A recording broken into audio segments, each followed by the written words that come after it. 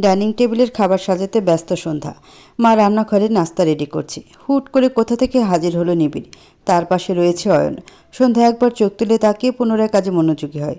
নিবিড় ভাইয়ের জন্য অয়নের আসা যাওয়া লেগেই থাকে এই বাড়িতে। বেস্ট ফ্রেন্ড বলে কথা। নিবিড় যদি জানতো তারই বেস্ট ফ্রেন্ড তার বোনকে ধোকা দিয়েছে তখন কি হতো? কথাটুকু ভেবেই তার ছেলের হাসি ফুটে ওঠে সন্ধ্যার ঠোঁটের কোণে। নিবিড় অয়নকে একটা টেবিলে বসিয়ে দেয়। সন্ধ্যার উদ্দেশ্যে বলে ওঠে, ওরে নাস্তা দিত, বেদবটা না খেয়ে চলে যাচ্ছিল, আমি ফ্রেশ হয়ে আসছি। কথাটুকু বলে সোজা চলে গেল নিবিড়। রয়ে গেল শুধু অয়ন আর সন্ধ্যা। সন্ধ্যা ভ্রুযুগল কুঁচকে যায়। এভাবে চলে যাওয়ার মানে কি? সন্ধ্যা কি করবে ভেবে পাচ্ছে না। এই ছেলেটাকে দেখলেই এখন অস্বস্তিতে শরীর কাটা দেয়। কিছু না বলে শুধু ঢোক গিলে অয়নের দিকে নাস্তা এগিয়ে দিল। অয়ন যেন মজা পেল এতে। বাঁকা হাসি ফুটিয়ে বলে উঠল, কি ব্যাপার সন্ধ্যা? বড়লোকি সুদর্শন স্বামী পেয়ে কি অহংকার বেড়ে গেল নাকি? এখন ফিরেও তাকাচ্ছ না? আগে তো আমার থেকে তোমার চোখই ফিরত না। মুহূর্তে রাগে জ্বলে ওঠে সন্ধ্যা। কঠিন সুরে বলে উঠল, অহংকার বাড়বে না বলছো? অন্তত মানুষকে মর্যাদা সে করতে পারে। কারোর মতো লাফাঙ্গা না যে সৌন্দর্যের জন্য ভালোবাসাকে ছেড়ে দিবে। তুমি আমাকে লাফাঙ্গা বললে? কারোর নাম মেনশন করেছি? তোমার পায়ে জুতো ফিট হলে ধরে নাও তুমিই সিন্ড্রেলা। চোখ মুখ শক্ত হয়ে এলো অয়নের। মেয়েটার সাহস বেড়েছে অনেক গুণ। কই আগে তো এমন ছিল না? কিছু বলতে যাবে এর পূর্বেই শোনা যায় রিওর কণ্ঠস্বর। সান্ডা। সন্ধ্যা পিছনে ফিরে যায়। ঘুম ঘুম চোখে এগিয়ে আসে রিও। নীরবতায় ছেয়ে গেল ডাইনিং রুম। রিও এসে সন্ধ্যার কাছে টেবিলটাতে ধপ করে বসে পড়ে। ঘুম ঘুম রিওর নাজুক অবস্থায় একবার পর্যবেক্ষণ করলো সন্ধ্যা। ছেলেটা এখন একদম সুস্থ, ঠিকঠাক হাঁটতেও পারে। এই কয়েকদিন ঘর থেকে বের হয়নি। আজ প্রায় 3 দিন পরে দেখা মিলল রিওর। রিও আকস্মিক মৃদুসুরে বলে উঠল, ঘুমাচ্ছিলাম তো। তুমি নিচে চলে আসলে কেন? ঘুম ভেঙে গেছে, এবার এদিকে আসো। কথাটুকু বলে সন্ধ্যার কোমর আলতো করে আঁকড়ে ধরে সন্ধ্যাকে নিজের নিকটে নিয়ে আসলো। লজ্জায় রাঙা হয়ে গেল সন্ধ্যার মুখশ্রী। অকস্মাৎ সন্ধ্যার পেটে মুখ গুজে দাঁড়িয়েও দাঁড়িয়ে থাকা পা দুটো সাথে সাথে কেঁপে ওঠে সন্ধ্যার। অর্ণের চোখ দুটো বড় বড় হয়ে গেছে ততক্ষণে। রিও কোনো দিকে না তাকিয়ে সন্ধ্যার পেটে মুখ ঘষে দেয়। আহ্লাদি কণ্ঠে বলে ওঠে, তোমার শরীরের ঘ্রাণটা দারুণ সান্ডা। লজ্জাবতীর ন্যায় গুটিয়ে গেল সন্ধ্যা। উপরে উপরে শক্ত থাকলেও বড্ড লাজুক সে। অল্পতেই লজ্জার চাদরে মরে যায়। রিওর স্পর্শে হৃদস্পন্দন বেড়ে গেছে কয়েক গুণ। কপোলদ্বয় রাঙা হয় লাজে। আরও চোখে একবার তাকায় টেবিলে বসে থাকা অয়নের দিকে। কেমন গোল গোল চোখে তাকিয়ে আছে অয়ন। দ্রুত গতিতে সরে আসার প্রয়াস চালালো সন্ধ্যা। সন্ধ্যা শুকিয়ে যাওয়া সুরে বলে উঠল, ছাড়ো রিও, এখানে তৃতীয় ব্যক্তি আছে। রিও ছাড়ল না সন্ধ্যাকে। শুধু একটু মাথা উঁচিয়ে তাকালো। পরক্ষণে অয়নের দিকে চোখ পড়তে ভ্রু কুঁচকে যায়। গাঢ় সুরে বলে উঠল, ও তুমি এখানে? অয়ন একটু হাসার চেষ্টা করে, কিন্তু ভেতরে ভেতরে রাগে ফেটে পড়ে। বলে উঠল, হ্যাঁ আমি। কিন্তু তুমি এখানে কেন? বাড়ি নেই তোমার? এখানে নাস্তা করতে বসেছো যে? অয়নের চোয়াল শক্ত হয়ে যায়। রিও যে তাকে অপমান করার উদ্দেশ্যে কথাটা বলেছে সে জানে। কিছু না বলে উঠে দাঁড়ায়। গটগট পায়ে বেরিয়ে যায় বাড়ি থেকে। তার যে বনে গেল সন্ধ্যা। ভাবান্তর রমণীর দিকে তাকালো রিও। পরক্ষণে সন্ধ্যা পেটে মুখ গুজে গভীরভাবে চুমু খেল। ধক করে উঠে সন্ধ্যার অন্তঃস্থল। ঘন ঘন নিঃশ্বাস ফেলে রিওর চুল খামচে ধরল। রিও মুখ টিপে হেসে সরে আসলো। ডোন্ট কেয়ার ভাব নিয়ে বলে উঠল, আদর চাই বললেই হয়? চুল ধরে টেনে কিছুমিছু ইশারা করার কী দরকার? তুমি বললে কি আমি না করব নাকি? সন্ধ্যা ঢোক গিলে নিজেকে স্বাভাবিক করে। পরক্ষণে চোখ পাকিয়ে তাকায় রিওর দিকে। পাশে থাকা ফলের ছুরিটা হাতে তুলে রিওর গলা চেপে ধরে। সন্ধ্যার কাণ্ডে রিও চোখ বড় বড় করে তাকালো। কি ডেঞ্জারাস মেয়ে! সূক্ষ্ম একটা ঢোক গিলতে সন্ধ্যা তেজি সুরে বলে উঠল, আমার সাথে লুতুপুতু করতে আসলে এই ছুরি একদম গলা ঢুকিয়ে দিব বলে দিলাম। রিও নাক ফুলালো। আরও চোখে একবার তাকিয়ে বলে উঠল, কী সব কথাবার্তা? বিয়ে করেছি বউর কাছে যাব না? না, যাবে না। তাহলে ইয়ে কাটিয়ে লাভ কী হলো? এবার সম্পূর্ণরূপে খেপে যায় সন্ধ্যা। রিওর কলার ধরে ছুটিটা চেপে ধরে বলে ওঠে, তোমাকে তো এ কী করছো তোমরা? আকস্মিক কার আগমনে থেমে যায় সন্ধ্যা। সেদিকে দৃষ্টি ফেরাতে নজর আসে ফ্রেডি, ড্যান, এমিলি ও লুসিকাকে। সকলে বড় বড় চক্ষে তাকিয়ে আছে তাদের দিকে। সকলে স্তম্ভিত রিও আর সন্ধ্যার অবস্থা দেখে। আকস্মিক ফ্রেডি ঝুঁকে যায় বন্ধুদের দিকে। ফিসফিস করে বলে ওঠে, এরা কি আসলে স্বামী স্ত্রী? ফ্রেডির ফিসফিসানি শুনে ড্যান চোখ কপালে তুলে ফিসফিস করে বলে ওঠে, স্বামী স্ত্রী হলে এরা ছুরি দিয়ে প্রেম করে নাকি? এমনি ফোঁস করে একটা নিঃশ্বাস ছাড়ে। আগেও তো ঝগড়াই করতো, বিয়ের পরও কী করবে? লুসিকে আবার সিরিয়াস মুখে মাথা নাড়ায়। আফসোসের সুরে বলে ওঠে, আমি তো ভেবেছিলাম এরা রোমান্টিক কাপল। এখন বুঝলাম ডেঞ্জারাস কাপল। এরা বিয়ে কিভাবে করলো কেউ আমাকে বোঝাও প্লিজ। নীরবতার ছড়াছড়ি পুরো ড্রয়িং রুম জুড়ে। টিভিতে চলছে রাজনৈতিক সংলাপ। সেদিকে গম্ভীর মুখে তাকিয়ে আছে ইব্রাহিম সাহেব। আকস্মিক পাশে ঠাস করে কেউ বসতেই ভ্রু কুঁচকে তাকালেন তিনি। রিওকে দেখে কপাল কুঁচকে নিলেন। এই ছেলেটা আস্ত এক পাজি তিনি ভালোই বুঝেছেন। নিজের দিকে শ্বশুরকে এভাবে তাকিয়ে থাকতে দেখে জোরপূর্বক হাসি দেয় রিও। ইব্রাহিম সাহেবকে কিছুটা হলেও ভয় লাগে তার। বোকার মতো হেসে বলে উঠল, ভালো আছেন আঙ্কেল? এতক্ষণ ভালোই ছিলাম, কিন্তু এখন আর থাকতে পারবো কিনা বলতে পারছি না। এবার আরও চোখে তাকায় রিও। বুঝতে আর বাকি থাকে না সন্ধ্যার তেরা স্বভাবের কারণ। বাপ মেয়ে দুজনই সেম। রিও কোনো মতে মুচকি হেসে সামনে তাকায়। ইব্রাহিম সাহেবও কথা না বাড়িয়ে টিভির দিকে চোখ রাখে, তবে মনোযোগ এক ফোঁটাও নেই। পাশের সোফায় বসে থাকা ছেলেটা যদি আবার বেফাস কিছু বলে বসে, এই চিন্তাতেই ভ্রু দুটো স্থিরভাবে কুঁচকে আছে। রিও চুপচাপ বসে থাকে মিনিট খানেক। নীরবতা তার কাছে যুগল সমান মনে হচ্ছে।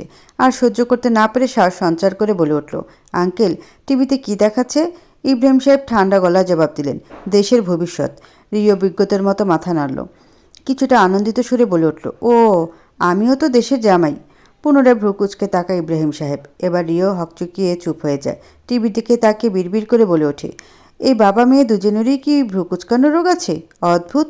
আকাশে বিশাল তারার সমাবেশ। তারার ঝলমলে রূপে বারবার চোখ আটকে যাচ্ছে সন্ধ্যার। কি সুন্দর রূপ তাদের। চাঁদও যেন তুচ্ছ তারাদের সৌন্দর্যের কাছে।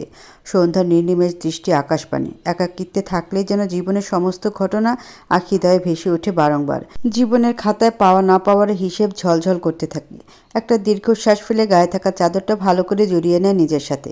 হুট করে কোমরের পাশ দিয়ে দুটো হাত ছাদের দেয়ালে স্পর্শ করে তাকে হাতের বাঁধনে বেঁধে ফেলে। উত্তপ্ত নিঃশ্বাসের স্পর্শ নিজের ঘাড়ে পেতে কিছুটা কেঁপে ওঠে সন্ধ্যা। সরে যেতে চাইলে কর্ণের অতি নিকট থেকে শুনতে পায় একটি মোহনীয় সুর, একটু থাকো না সান্ডা। সন্ধ্যা মাথা ঘুরিয়ে একবার তাকালো। রিওর পরনে পাতলা টি শার্ট দেখে চক্ষু তার গম্ভীর হয়। দিনের বেলা খুব একটা শীত না থাকলেও রাতে প্রচণ্ড রকমের শীত অনুভব হয়। তৎক্ষণাৎ পেছনে ফিরে যায়। রিও মন্ত্রমুগ্ধর ন্যায় তাকিয়ে আছে। চাঁদের মৃদু আলো সন্ধ্যাকে রিওর চোখে কোনো অ্যাঞ্জেলের থেকে কম লাগছে না। নিঃশক্ত আখিদয়ে চেয়ে সন্ধ্যার গলা শুকিয়ে এলো। তবুও চাঁদের একাংশ দিয়ে ঢেকে দিল রিওকে। এতে অনেকটা নিকটে চলে আসে তারা। সন্ধ্যার লজ্জা হয়, ভীষণ লজ্জা হয়। দৃষ্টি ফিরে অন্যদিকে তাকালো। শোনা গেল রিওর স্মিত কণ্ঠস্বর, সান্ডা, আমরা কানাডা ব্যাক করব কখন? পুনরায় আকাশের দিকে তাকায় সন্ধ্যা। ভুলে গিয়েছিল কানাডার কথা। আর মাত্র 3 দিন পরেই তাদের ব্যাক করতে হবে। আবার কি তাহলে পরিবারের মানুষগুলো থেকে দূরে চলে যেতে হবে? তবে তাই ভালো। এমনিই তারা ধোঁকা দিয়েছে সন্ধ্যাকে, কিছুতে এখানে থাকবে না। সন্ধ্যা কিছুক্ষণ চুপ করে থাকে। আকাশের দিকে তাকিয়ে থাকা চোখ দুটো হঠাৎ ঝাপসা হয়ে আসে। নীরব কণ্ঠে বলে ওঠে, 3 দিন পরেই তো। হাত বাড়িয়ে অতি যত্ন সহকারে সন্ধ্যার আঙ্গুলের মাঝখানে আঙ্গুল গুজে দিল রিও। হাতটা পিছনে নিয়ে সন্ধ্যাকে মিশিয়ে নিল নিজের সাথে। হকচকিয়ে গেল সন্ধ্যা। মুহূর্তে রিওর নেত্রে নিজের নেত্রপল্লব স্থির করে। এক দৃষ্টিতে তাকিয়ে থেকে মুগ্ধ হলো সহসা। হাতে স্পর্শ করে শরীরে রন্ধ্রে রন্ধ্রে শিহরণ জাগিয়ে তোলা সুদর্শন পুরুষটা তার স্বামী। কি অবাক করার বিষয়! আকস্মিক কানের লতিতে ওষ্ঠের ছোঁয়া পেতেই বিমূঢ় হয়ে গেল সন্ধ্যা। লজ্জায় আড়ষ্ট হয়ে গেল। মাথা নুয়ে আসে। ঘন ঘন নিঃশ্বাস ফেলে রিওর বুকে হাত চেপে ধরে। হুট করে মৃদুস্বরে বলে ওঠে, আমার মতো পোড়া চেহারার মেয়েকে কেন ভালোবাসলে রিও? তুমি এত সুন্দর একটা ছেলে হয়ে। কথা শেষ করা হয়ে ওঠে না। এর পূর্বে এক ঝটকায় নিজের সাথে চেপে ধরে রিও। সন্ধ্যার দৃষ্টিতে দৃষ্টি স্থির করে বলে উঠল, আমার চোখে চোখ রেখে তাকাও সান্ডা। আমার দৃষ্টির গভীরতাতেই লুকিয়ে আছে তোমার সেই রূপ, যেখানে তুমি নিঃসন্দেহে সবচেয়ে মোহনীয়।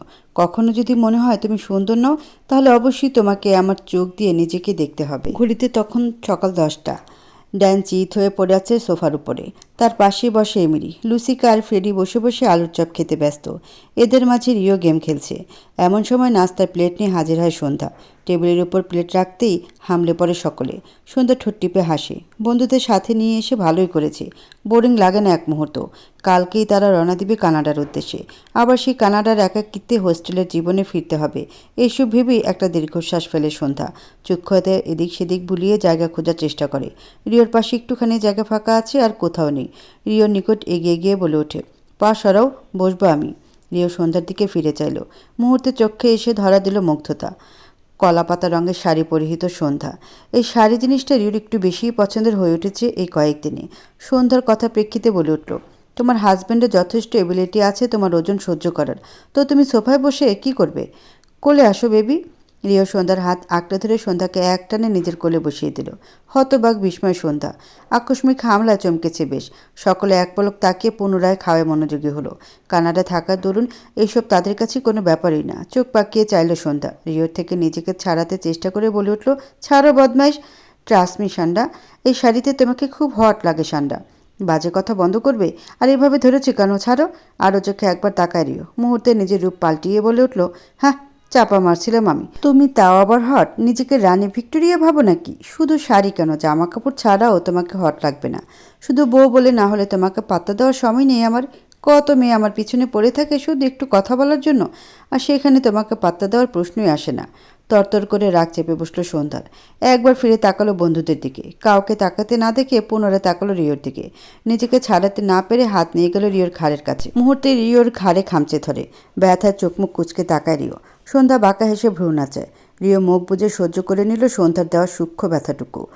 আকস্মিক শয়তানি হাসি ফুটে ওঠে রিও ঠোঁটের কোণে। এতেই হকচকালো সন্ধ্যা। সরে আসবে এমন সময় কণ্ঠনালী গলিয়ে বেরিয়ে আসলো। ঠোঁট কামড়ে হাসলো রিও। বর্তমানে তার হাত সন্ধ্যার শাড়ির ফাঁক গলিয়ে চলে গেছে সন্ধ্যার উন্মুক্ত কোমরে। সেখানে জোরে সরে একটা চিমটি দিয়ে সন্ধ্যাকে ছেড়ে দেয়। সন্ধ্যার কানের কাছে মুখ এগিয়ে নিয়ে বলে উঠল, ট্রিট ফর ট্রিট যান। সন্ধ্যা এক পলক তাকালো রিওর দিকে। চক্ষুদের ছলছল করছে অশ্রুতে। অভিমানেরা উপচে পড়ছে মুখশ্রীতে। মুহূর্তে মুখ ফিরিয়ে উঠে দাঁড়ায় সন্ধ্যা। রিও নির্বাক। এত জোরেও চিমটি দিয়ে নিচে সন্ধ্যা কান্না করবে। নিমিষেই ভিতরে তোলপাড় শুরু হলো। তীব্র তোলপাড়। সন্ধ্যার হাত ধরতে যাবে এমন সময় হুট করে উপস্থিত হয় দুটো ছেলে মেয়ে। মেয়েটাকে দেখে মুহূর্তে সন্ধ্যা ছুটে গিয়ে জড়িয়ে ধরে। আনন্দিত কণ্ঠে বলে ওঠে, প্রিয়া তুই? কতদিন পর দেখা। হ্যাঁ, অনেক দিন পর। পরীক্ষার পাড়ায় বিয়েতেও আসতে পারেনি। প্রিয়া হেসে সন্ধ্যাকে ছাড়ি একটু দূরে দাঁড়ানো ছেলেটার দিকে ইশারা করলো। মৃদুস্বরে বলে উঠল, দেখ তো চিনিস কিনা। কথাটা শেষ হওয়ার আগেই সন্ধ্যার চোখ দুটো স্থির হয়ে গেল। বুকের ভিতরটা কেমন করে উঠল হুড়মুড়িয়ে। এই ছেলেটা তো শিহাব, রোহানের কাজিন। ইতস্তত করে এগিয়ে আসে শিহাব। চক্ষুদায় নামিয়ে নিচু সুরে বলে উঠল, একটু আঙ্কেলকে ডেকে দিবেন আপু, কথা ছিল। আচ্ছা ডাকছি। কিছুক্ষণের মাঝে ইব্রাহিম সাহেবের সাথে নিশিতা খাতুন আর নিবিড় ড্রয়িং রুমে এসে উপস্থিত হয়। সকলে কিছুটা অবাক হয়েছে শিহাবকে দেখে। শিহাব ইব্রাহিম সাহেবের কাছে এগিয়ে আসে কিছু বলার উদ্দেশ্যে। চোখে একরাশি অস্বস্তিতে ঘেরা। কিছুটা জড়তা নিয়ে বলে উঠল, আঙ্কেল আসলে সরি, সেদিন আমার ভুলের কারণে রোহানের সাথে সন্ধ্যার বিয়েটা ভেঙে গিয়েছিল। আমাকে ভুল বোঝানো হয়েছিল। মানে? ড্রয়িং রুমে যেন ছোটোখাটো একটা বজ্রপাত ঘটল। কিন্তু রিও সহ বন্ধুরা কিছুই বুঝতে পারছে না কি বলছে। তারাও যেন পড়েছে মহাবিপদে। বাংলা না বোঝার যন্ত্রণা হাড়ে হাড়ে টের পাচ্ছে। এর মাঝে শিহাব আবার বলে উঠল, বিয়ের দিন অয়ন নামের ছেলেটা আমাকে সন্ধ্যা সম্পর্কে উল্টাপাল্টা কথা বলে। সন্ধ্যা নাকি কোনো রাজনৈতিক নেতার সাথে সম্পর্কে ছিল, শারীরিক সম্পর্ক ছিল তাদের। শেষে বনিবনা হয়নি বলে সন্ধ্যা ব্রেকআপ করতে চাইলে ওর মুখে অ্যাসিড ছোড়া হয়। আর কানাডায় গিয়েও নাকি অনেক ছেলের সাথে সম্পর্কে জড়ায়। এসব শুনে আমি সত্য মিথ্যা যাচাই না করেও চাচিমাকে সব বলে দিই। আর এই কারণেই সেদিন এমন সিনক্রেট হয়ে গেল। সত্যিটা হয়তো আজও জানতাম না যদি প্রিয়া আমাকে সবটা না বলতো। আমাকে মাফ করবেন আঙ্কেল। সকলে যেন কিছু বলার ভাষা হারিয়ে ফেলল। স্তব্ধ হয়ে দাঁড়িয়ে থাকে সন্ধ্যা। অয়ন তার ক্ষতি করতে এমন মিথ্যে কথা বলেছে? নেত্রপলক অশ্রু রাঙ্গা হওয়ার পূর্বেই ঘন ঘন চোখের পলক ফেলে তা আড়াল করে। তবে রিওর চোখটা ফাঁকি দিতে পারে না। এতক্ষণ যাবৎ সন্ধ্যার দিকে তাকিয়েছিল সে। নিবিড়ে যেন বিশ্বাসই হচ্ছে না কিছু। নিজের বেস্ট ফ্রেন্ড রূপী ভাইয়ের থেকে এমন কিছু আশা করা যায়? কিছুটা রেগে তাকা শেহাবের দিকে। রেগে বলে ওঠে, তুমি মিথ্যে বলছো না? তার কি প্রমাণ আছে? অয়ন কখনোই এমন করতে পারে না। পারলে ওই ছেলেটাকে জিজ্ঞাসা করুন ভাইয়া, আমার মিথ্যা বলে লাভ কি? নিবিড়ে কিছুক্ষণ বিমূঢ় হয়ে রইল। একে একে হিসেব মিলে গেল সব কিছুর। সন্ধ্যার মুখ ঝলসানোর পর থেকে অয়নের দূরত্ব, সন্ধ্যার হুট করে দেশ ছাড়া, আর সন্ধ্যার বিয়েতে অয়নের কোনো যায় না আসা সবটুকুই। মস্তিষ্ক কাজ করছে না একদমই। হুট করে এগিয়ে গেল সন্ধ্যার কাছে। মাথায় আলতো করে হাত বুলিয়ে দেয় সন্ধ্যার মাথায়। বোন এতদিন কি কি সহ্য করেছে কিছুটা হলেও আজ করতে পারে। বুকের ভিতর অদ্ভুত বিষাদ অনুভব করে নিবিড়। করুণ দৃষ্টিতে তাকিয়ে মায়াময় কণ্ঠে বলে উঠল, কাউকে না বলতে পারলেও ভাইকে তো বলতে পারতি সন্ধ্যা। আমার কাছে তো সব কিছুর আগে তুই ছিলি। মৃদু হাসে সন্ধ্যা। সে জানে নিবিড় সন্ধ্যার কষ্টে সব করতে পারে। নিবিড় সন্ধ্যার আপন ভাই না, তবে আপন ভাইয়ের থেকে কমও না। ছোটবেলায় নিবিড়ের মা বাবা মারা যাওয়ার পর ইব্রাহিম সাহেব আর নিশিতা খাতুন নিজের ছেলের মতো বড় করেছে। আর সন্ধ্যা নিবিড়ের প্রাণ বলা চলে। সন্ধ্যা সূক্ষ্ম কণ্ঠে আড়ালো, ঝামেলা ভালো লাগে না ভাইয়া। আজকেও কোনো ঝামেলা করবি না প্লিজ। কাল তো চলেই যাব। আজকের দিনটা না হয় শান্তিতে থাকলাম। তুই যেমনটা চাস। তবে অয়নকে আমি ছেড়ে দেব না বোন। তোকে কষ্ট দেওয়ার সবটুকু শাস্তি ওকে আমি দেব। থমথমে এক নীরবতা গ্রাস করে আছে রুমটাকে। পুরো রুমে অন্ধকারে ছড়াছড়ি। দরজার সামনে এসে রিওর পদচারণ থেমে যায়। একটা ফাঁকা ঢোক গেলে উকি দিয়ে রুমের ভিতরে দেখার চেষ্টা করে। বিকেলে দেখে সন্ধ্যা তাকে হুমকি দিয়েছিল, চিমটি দেওয়ার শোধ সে তুলবেই। এই ভয় পুরো সন্ধ্যাটা পার করেছে ড্রয়িং রুমে বসে।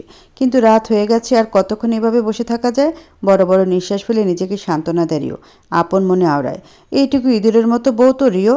বড় জোর হলে ছোট ছোট হাত দিয়ে 2-3টা মাইট দিবে।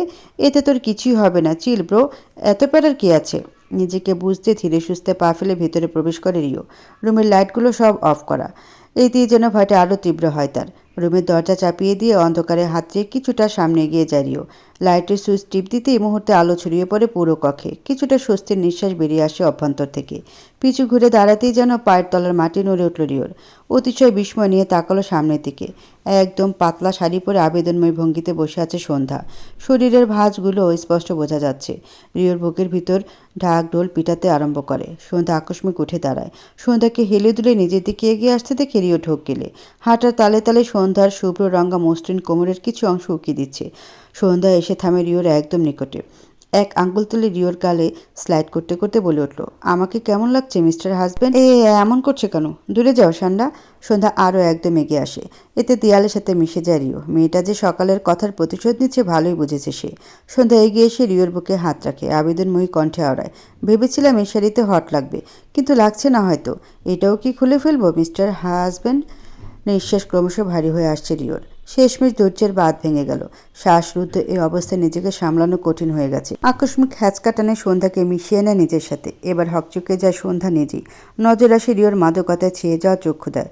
সন্ধ্যা মুহূর্তে ঘাবড়ে যায়। নিজের পাতা জালে নিজে ফেসে যাবে নাকি আবার রিওকে নিজের কাছাকাছি এগিয়ে আসতে দেখে গলা ছেড়ে চিল্লিয়ে ওঠে, ভাই ছাড়! আবার ভুল হয়ে গেছে। দৈবাত কাণ্ডে চমকে ওঠে রিও। সন্ধ্যা ছিটকে দূরে সরে যায়। এক দৌড়ে চলে যায় বিছানার অপর পাশে। রিওর ভ্রুকুচকে বলে উঠল, কি হলো ব্যাপারটা? আমতা আমতা করে সন্ধ্যা। কোনো মতে বলে উঠল, তো তোমার না আমাকে পাত্তা দেওয়ার সময় নেই? তাহলে কাছে আঁকাও কেন? অদ্ভুত। রিও ভ্রুকুচকে সন্ধ্যার দিকে তাকিয়ে রইল কয়েক সেকেন্ড। তারপর হঠাৎ ঠোঁট বাঁকিয়ে একরাশ দুষ্টু হাসি ছড়িয়ে বলল, ও তার মানে আমি পাত্তা দিই না বলে তুমিই আগে এসে আমাকে দেয়ালের সাথে আটকে দিলে? বাহ সান্ডা, বুদ্ধিটা কিন্তু দারুণ। সন্ধ্যা বিছানার কোণে দাঁড়িয়ে শাড়ির আঁচল ঠিক করতে করতে চোখ রাঙালো। গাল দুটো রাগে ফুলে আছে। রিও হাত বুকের উপর রেখে নাটকীয় ভঙ্গিতে দীর্ঘশ্বাস ফেলল। পরক্ষণে বলে উঠল, হ্যাঁ, লাভ নেই রিও, এত সহজে গলবে না। তোমাকে পাত্তা দেওয়ার মতো সময় আসলেই আমার নেই। পুনরায় ভ্রু কুচকে যায় সন্ধ্যার। এই ছেলে ভাঙবে তবু মচকাবে না। একে একটা শিক্ষা দিতেই হবে। সন্ধ্যা উঠে দাঁড়িয়ে ধীরে ধীরে এগিয়ে এলো। পুনরায় গলা শুকিয়ে গেল রিওর। এই মেয়ে এভাবে পিছনে পড়েছে কেন? তাকে নাকানি চুবানি খাওয়াতে উঠে পড়ে লেগেছে যেন। এখন যদি সে উল্টোপাল্টা কিছু করে বসে ঠিকই তার দোষই দিবে। সন্ধ্যা এগিয়ে এসে রিওর কলার চেপে ধরে। আতকে ওঠে রিও। সন্ধ্যা রিওর দৃষ্টি স্থির করতে যেন রিওর হারিয়ে যায় সন্ধ্যার চোখে। গভীর অনুভূতিতে ক্ষীণ হাসি ফুটে ওঠে ওষ্ঠের কোণে। অপলক দৃষ্টিতে তাকিয়ে রইল। হুট করে কিছু বুঝে ওঠার আগে রিও নিজেকে আবিষ্কার করলো রুমের বাইরে। মেয়েটা তাকে ধাক্কা মেরে বাইরে বের করে দিয়েছে। নিমেষেই দরজাটা তার মুখের সামনে বন্ধ হয়ে গেল। বাইরে করিডোরে দাঁড়িয়ে হতভম্বের ন্যায় কয়েক সেকেন্ড দরজার দিকে তাকিয়ে রইল। কী হয়েছে বুঝতে না পেরে দরজা করা আঘাত করে বলে উঠল, বউ, এই বউ, দরজা খোলো, ভেতরে আসতে দাও। Good night mister controlless. পাত্তা না দেওয়া নারীর সাথে একই ঘরে থাকা বেমানান। ভেতর থেকে সন্ধ্যার হাসির আওয়াজ ভেসে এলো। অসহায়ের মতো বাইরে দাঁড়িয়ে থাকে রিও। বিড়বিড় করে বলে ওঠে, এই মেয়েটা একদিন আমাকে হার্ট অ্যাটাক করিয়েই মেরে ফেলবে। নিজের কথাগুলো শেষ করে পেছনে ফিরতে নজর আসে ইব্রাহিম সাহেব। ভ্রু কুচকে তাকিয়ে আছে তিনি। রিও বোকার মতো হাসি দেয়। লজ্জার মাথা খেয়ে বলে ওঠে, আপনাকেও কি আমার মতো ঘর থেকে বের করে দিয়েছে আঙ্কেল? রাগী দৃষ্টিতে তাকিয়ে আছেন ইব্রাহিম সাহেব। কপালে কয়েকশত ভাঁজ বিদ্যমান। কয়েক সেকেন্ড রিওর দিকে তাকিয়ে রইলেন। পরক্ষণে তীক্ষ্ণ কণ্ঠে বলে উঠলেন, তোমার কি কোনো লজ্জা শরম আছে? রিও হকচকিয়ে গেল কিছুটা। তৎক্ষণাৎ বুক ফুলিয়ে দাঁড়ালো। কিছুটা উৎসুক কণ্ঠে বলে উঠল, আছে আঙ্কেল, তবে আজকে ঘরের ভিতরে রেখে আসছি। ইব্রাহিম সাহেব চোখ বড় করে তাকালেন। ভ্রু কুচকে বলে উঠলেন, মানে? রিও কিছুটা মাথা চুলকিয়ে বোকা হাসে। বলে ওঠে, আপনার মেয়ে দরজা আটকানোর সময় লজ্জাটাও দরজার ভিতরেই আটকা পড়েছে আঙ্কেল। হতভম্ব ইব্রাহিম সাহেব। এই ছেলের সাথে কথা বলে নিজেকেই লজ্জায় পড়তে হবে তিনি খুব ভালো করে বুঝে গেছেন। তাই আর কথা বাড়ালেন না। শুধু একবার বিরক্তির দৃষ্টি ছুড়ে দিলেন রিওর দিকে। পরক্ষণে সিঁড়ি দিয়ে নিচে নামতে থাকলেন। রিও একবার পিছনে ফিরে দরজার দিকে তাকায়। পরক্ষণে একটা দীর্ঘশ্বাস ফেলে ইব্রাহিম সাহেবের পিছু পিছু যেতে থাকে। শ্বশুরের সাথে একটু ঘুরে আসা যাক। রাত্রি প্রহর চলছে, সেই সাথে বয়ে চলেছে মৃদু হাওয়া। গেট পেরিয়ে গম্ভীর মুখে হেঁটে চলেছেন ইব্রাহিম সাহেব। ওনার ঠিক পেছনে রিও। আকস্মিক থেমে যায় ইব্রাহিম সাহেবের পদচারণ। ঠিক সময় ব্রেক না কষতে পেরে রিও প্রায় ধাক্কা দিয়েই ফেলেছিল। ইব্রাহিম সাহেব পিছু ফিরে তাকায়। রিওকে দেখে প্রশ্ন ছুড়ে দেয়, তুমি কোথায় যাচ্ছ? আসলে আমি এখানকার কিছু চিনি না তো, তাই আপনার সাথেই আসছিলাম। আপনার ভালো না লাগলে আমি চলে যাচ্ছি আঙ্কেল। থমথমে একটা পরিবেশ বিরাজমান। রিওর কথা শুনে ইব্রাহিম সাহেব পিছু ফিরে চাইলেন। একবার গম্ভীর চোখে দেখে নিল রিওকে। রিও মাথা নিচু করে ফেলল। হয়তো ইব্রাহিম সাহেবের তার উপস্থিতি পছন্দ হয়নি। আকস্মিক নিজের গায়ে গরম কিছুর আভাস পেয়ে মাথা উঁচিয়ে তাকায়। অতিশয় বিস্ময় চক্ষুতে বড় বড় হয়ে গেল। হতবিহ্বলের মতো তাকিয়ে রইল কিছুক্ষণ। ইব্রাহিম সাহেব নিজের পরনের ব্লেজার খুলে রিওর গায়ে দিয়ে দিয়েছে। ইব্রাহিম সাহেব গায়ে থাকা শালটা ভালো করে নিজের গায়ে জড়িয়ে নিল। শান্ত সুরে বলে উঠল, এখানে শীত কম না, শীতের কাপড় পরনি কেন? এইটুকু ঠান্ডায় আমি অভ্যস্ত আঙ্কেল, এটা আপনি পরুন, আপনার শীত লাগবে। লাগবে না, যেতে চাইলে এসো, চা খেয়ে আসি। নিজের কথা শেষ করে ইব্রাহিম সাহেব হাঁটতে শুরু করে। বিস্ময়ে হাসল রিও। মুহূর্তে আনন্দে ভরে উঠল মন। দ্রুত গতিতে এগিয়ে গিয়ে হাঁটতে থাকে ইব্রাহিম সাহেবের পাশাপাশি। রাস্তার সাইডে চাওয়ালাকে দেখে ইব্রাহিম সাহেব থামল। রিওর উদ্দেশ্যে বলে উঠল, খাবে? রিও সুবোধ বালকের নয় মাথা নেড়ে জানালো। ইব্রাহিম সাহেব এক কাপ চা নিজে নিয়ে আরেক কাপ চা রিওর দিকে বাড়িয়ে দিল। খুশি মনে তা নিয়ে নিল রিও। হাঁটতে হাঁটতে আকস্মিক ইব্রাহিম সাহেব দীর্ঘশ্বাস ফেলে রিওর উদ্দেশ্যে বলে উঠল, কালকে তো কানাডার উদ্দেশ্যে রওনা দিচ্ছ? রিও এক চুমুকে চা খেল। গরম ভাপ ওঠা কাপে দু হাত জড়িয়ে ধরে মাথা নিচু করে বলল, জি আঙ্কেল, কাল সকালেই ফ্লাইট। ইব্রাহিম সাহেব একদৃষ্টিতে চায়ের কাপের দিকে চেয়ে আছেন। মনে মনে ভেবে চলেছেন অনেক কিছু, তবে মুখ ফুটে বলতে পারছেন না। ইব্রাহিম সাহেব কি মনে করে চাইল রিওর পানে। পরক্ষণেই ম্লান মুখে বলে ওঠেন, সন্ধ্যা আমার খুব আদরের মেয়ে, একমাত্র মেয়ে কিনা, তাই ছোটো থেকে পুতুলের মতো করে বড় করেছি। হাঁটতে শেখার আগেই ভয় পেতাম পাছে যদি পড়ে ব্যথা পায়। স্কুলের দিনগুলোয় নিজে গিয়ে বেঞ্চে বসিয়ে দিয়ে আসতাম। সন্ধ্যার সাথে কেউ জোরে কথা বললেও বুকের ভেতরটা কেঁপে উঠত আমার। কাউকে কখনো ফুলের টোকাও দেওয়ার সুযোগ দেয়নি আমার মেয়ের গায়ে। কিন্তু ইব্রাহিম সাহেব কিছুটা থামলেন। ইব্রাহিম সাহেবের কথার ভেতর থেকে বাবার ভালোবাসা ঝরে পড়ছে, যা মনোযোগী শ্রোতার মতো শুনছিল রিও। ইব্রাহিম সাহেবের থেমে যাওয়ার এবার আগ্রহ নিয়ে তাকায় রিও। চায়ের ওয়ান টাইম কাপ ধরে রাখা হাতে কিছুটা কাঁপছে ইব্রাহিম সাহেবের, যা সূক্ষ্ম দৃষ্টিতে রিও দেখে নেয়। পুনরায় বলতে শুরু করে ইব্রাহিম সাহেব, কিন্তু একদল শকুনের দল নজর পড়ল মেয়েটার উপর, যা বিন্দু মাত্র টের পাইনি আমি। যতক্ষণে পেয়েছি অনেক দেরি হয়ে গেছে। আমার মেয়ের মুখটা ঝলসে দিয়েছে জানোয়ারগুলো। সেই সময়ে আমার ছোট্ট মেয়েটার যন্ত্রণা, ছটফট করা হাহাকারগুলো ভাবলে এখনও আমার ভিতরে যন্ত্রণা হয়। সেদিনের পর মেয়েটা আর আগের মতো রইল না। হাসি খুশি প্রাণচাঞ্চল্য সন্ধ্যা কেমন নিজেকে গুটিয়ে নিল। মানুষের কথায় দরজার আড়ালে গুমড়ে গুমড়ে কাঁদত। আমি একজন বাবা হয়েও কিছু করতে পারিনি, নিজের মেয়েকে নিরাপদ রাখতে পারিনি। এই ব্যর্থতা আমাকে প্রতিদিন করে খায়। তারপর চলে গেল সবার থেকে দূরে। বারবার বাধা দিতে চেয়ে দেয়নি, যদি মেয়েটা একটু শান্তিতে থাকে তাহলে আমরাও খুশি। তারপর আর কি, মেয়ের ভালোর জন্য বিয়ে দিতে চাইলাম, তাও অপরাধী হয়ে গেলাম। অভ্যন্তরে থেকে দীর্ঘশ্বাস বেরিয়ে আসে ইব্রাহিম সাহেবের। ওনার চোখের অশ্রু স্পষ্ট ধরা দেয় রিওর চোখে। একজন বাবা বুঝি সন্তানের কষ্টে কাঁদে? কই, সে তো কখনো দেখেনি তার কষ্টে নিজের পাপাকে কাঁদতে। হঠাৎ ইব্রাহিম সাহেব রিওর দিকে ফিরলেন। কিছুটা গম্ভীর হয়ে এলো এবার কণ্ঠস্বর। বলে উঠল, তোমাকে ভরসা করে মেয়েকে তোমার হাতে তুলে দিয়েছি। যদি কখনো মনে হয় যে সন্ধ্যাকে তোমার আর ভালো লাগছে না, তাহলে দয়া করে এমন কিছু করো না যেন আমার মেয়ে কষ্ট পায়। শুধু আমাকে আমার মেয়েকে ফিরিয়ে দিও। আমি তোমাকে প্রশ্নও করব না কি হয়েছে। একবার ভরসা করেই দেখুন না পাপা। ইব্রাহিম সাহেব হঠাৎ রিওর মাথায় হাত রাখলেন, ঠিক যেমন করে একজন বাবা সন্তানের মাথায় রাখে। রিও জানে না কি ছিল সেই স্পর্শে, তবে রিওর বুক কেঁপে উঠল। মৃদু হাসি ফুটে ওঠে ঠোঁটের কোণে। টরন্টোতে বর্তমানে প্রচণ্ড শীত। বরফে চারপাশ শুভ্র রঙের চাদরে মোড়া। সন্ধ্যা একরাশ জানালা দিয়ে বাড়ির পরিস্থিতি দেখে নেয়। তুষারে ঢেকে আছে সব কিছু। আপন মনে কিছুটা ঢোক গিলে সন্ধ্যা। এই ঠান্ডায় কি ফুপির বাসায় যাওয়া ঠিক হবে? কিন্তু না গিয়েও বা উপায় কী? যাওয়ার সময়ও বলে যায়নি, আর যা যা হলো এই কয়েকদিনে সব তো ফুপিকে জানানো প্রয়োজন। অভ্যন্তরীণ থেকে একটা দীর্ঘশ্বাস বেরিয়ে আসে সন্ধ্যার। পিছন ফিরে একবার পুরো রুমে চোখ বোলায়। অ্যাশলি গায়ে কম্বল মুড়ে গুনগুন করে পড়ে চলেছে, আর রুমের বাকি তিনজন হয়তো পুরো শরীরে মোটা কম্বল মুড়ে ফোন চালাতে ব্যস্ত।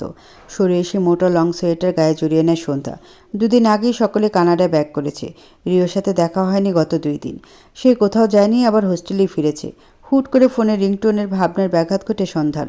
ফোনের স্ক্রিনে মিস্টার হাজব্যান্ড নামটা জ্বলজ্বল করছে। এই নামটা আসার দিন সকালে রিও নিজে সেভ করে দিয়েছিল। কিছুক্ষণ তাকিয়ে থেকে ফোন কানে নেয় সন্ধ্যা। ওপাশ থেকে ভেসে আসে রিওর ঘুমন্ত কণ্ঠস্বর। কি করছো সান্ডা? রেডি হচ্ছি। হ্যাঁ, কি করছো? রিও হয়তো কিছুটা চমকেছে, সন্ধ্যা স্পষ্ট বুঝতে পারে। ওপাশ থেকে পুনরায় ভেসে আসে রিওর কণ্ঠস্বর। এই, তুমি কোথাও বের হচ্ছ না? বাইরে প্রচণ্ড ঠান্ডা, একদমই কোথাও যাবে না। সন্ধ্যা একটু অবাক হয়, বলে উঠল, কেন? আমাকে ফুপির বাসায় যেতে হবে। আচ্ছা একটু অপেক্ষা করো, আমি আসছি। সন্ধ্যা ভ্রু কুঁচকে যায়। এই ছেলেটা কি পাগল হয়ে গেল? সে এসে কি করবে? সন্ধ্যা মৃদুস্বরে বলে উঠল, এখন এই শীতে আসবে? অপেক্ষা করো, আসছি। ধীরে ধীরে পল্লব ঝাঁকিয়ে সামনে চলে সন্ধ্যা। নিমিষেই নিজের নেত্রে ভাসমান হয় সুদর্শন পুরুষকে। গায়ে শীতের পোশাক জড়িয়ে পকেটে হাত গুজে দাঁড়িয়ে আছে। ধীরে ধীরে এগিয়ে যায় সন্ধ্যা। হু হু করে বয়ে চলেছে বাতাস। শীতে দাঁতে দাঁত লেগে যাওয়ার উপক্রম। রিও তাকিয়ে আছে সন্ধ্যার দিকে। সেও কিছুটা কাছে এগিয়ে আসে, এসে থামে সন্ধ্যার অতি নিকটে। সন্ধ্যার পুরো মুখে একবার চক্ষুদয় বুলিয়ে নেয়।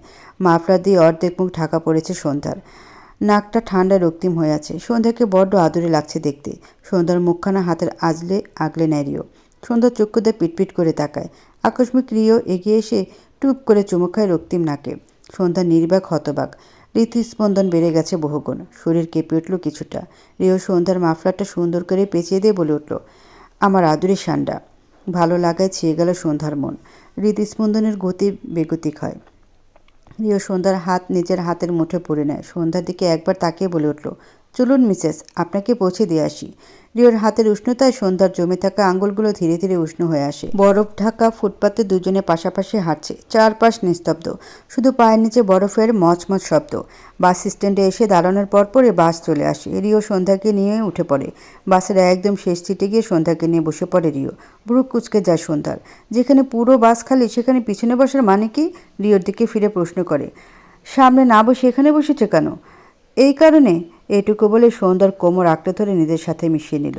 এহেম স্পর্শে সন্ধ্যার সর্বাঙ্গ কেঁপে উঠল। শক্ত করে চেপে ধরে ঝুঁকে গেল রিও। কোনো বাক্য ব্যয় না করে নিজের শুষ্ক ওষ্ঠ দ্বারা আঁকড়ে ধরে সন্ধ্যার কোমল ওষ্ঠযুগল। সন্ধ্যার চক্ষুতে বড় বড় হয়ে গেল তৎক্ষণাৎ। বক্ষস্থল কেঁপে উঠল নিদারুণভাবে। কোমরে হাত পেঁচিয়ে আরও প্রগাঢ়ভাবে মিশিয়ে নেয় রিও। আরও গভীরভাবে মিশে যায় সন্ধ্যাতে। মাথা তুলো সান্ডা।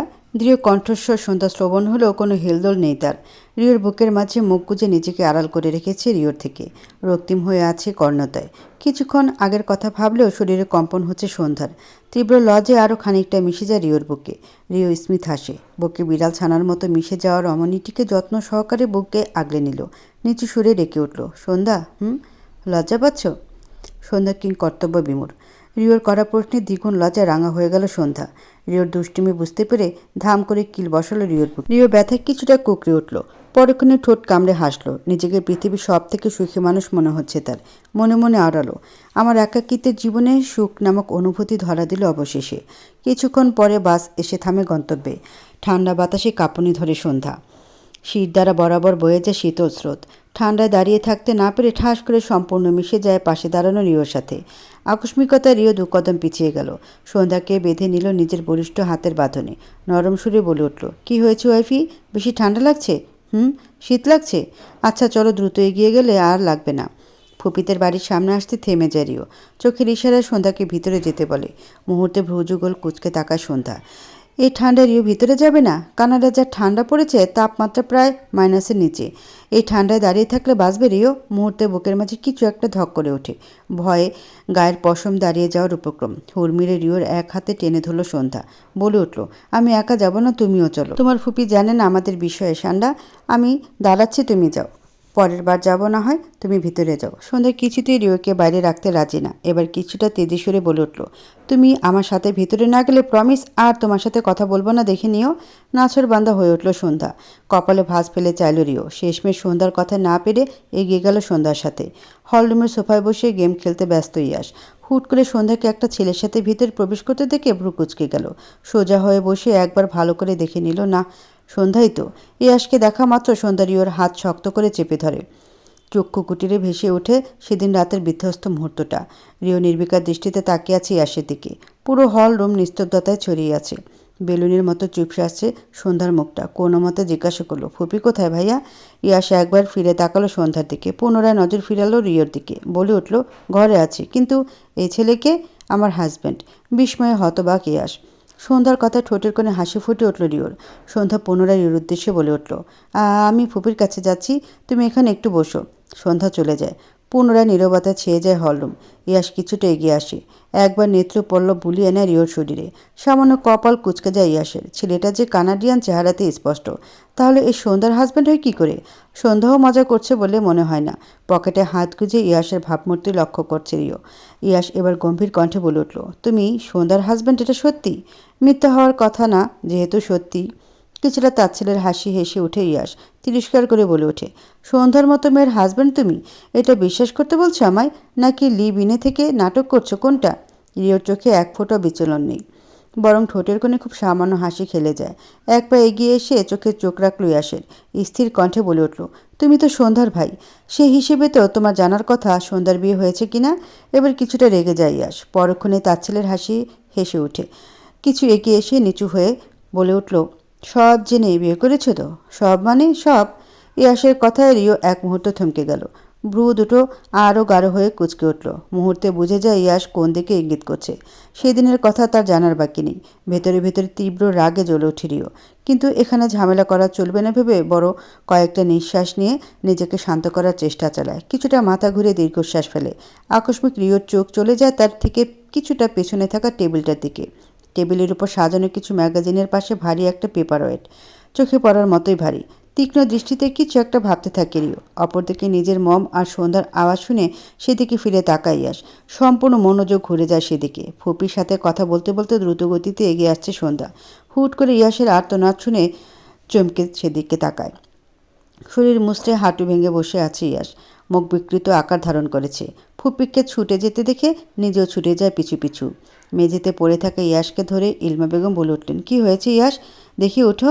রিও হতভম্বের ন্যায় ছুটে আসে। বিচলিত কণ্ঠে বলে উঠল, ও শিট, সরি ব্রো, একদম খেয়াল করিনি। পা পিছলে টেবিলের উপর পড়েছিলাম, কিন্তু পেপার ওয়েটটা উড়ে এসে তোমার এমন জায়গায় পড়বে বুঝতে পারিনি একদম। দেখি দেখাও কোথায় লেগেছে। কথা শুনে আতকে দূরে সরে যায় ইয়াস। এমনিতেই এত জোরে মেন পয়েন্টে আঘাত পেয়ে ব্যথায় মুখ নীল হয়ে গেছে। তার উপরে ছেলে। ইয়াসের রাগে শরীর জ্বলে ওঠে। সন্ধ্যা হতবাক নির্বাক হয়ে পড়ে। অপরদিকে ইলমা বেগমও থতমত খেয়ে যায় রিও রেহেম কাণ্ডে। চিল্লিয়ে ডেকে ওঠে ইয়ানাকে, ইয়ানা, ভাইকে ঘরে নিয়ে যাও। কিছুক্ষণের মাঝে বিরক্তি নিয়ে নেমে আসে ইয়ানা। পরিস্থিতি বোঝার আগে রিওর দিকে নজর যেতেই হাঁ করে তাকিয়ে থাকে কিছুক্ষণ। যা চক্ষু গোচর হয় সন্ধ্যার। মনে মনে ঠাস করে ফুঁসে ওঠে। নাক ফুলে বিড়বিড় করে বলে, তাকানোর আর মানুষ ছিল না নাকি? অদ্ভুত। ইলমা বেগমের কথা ধ্যান ভাঙে ইয়ানার। পুনরায় বিরক্ত হয় প্রচণ্ডভাবে। এগিয়ে আসে ভাইকে ধরে। ইয়াস ব্যথায় কাতর, দাঁতে দাঁত চেপে আছে। সিঁড়ি বেয়ে ওঠার সময় হঠাৎ একবার ঘাট ফিরিয়ে তাকায় রিওর দিকে।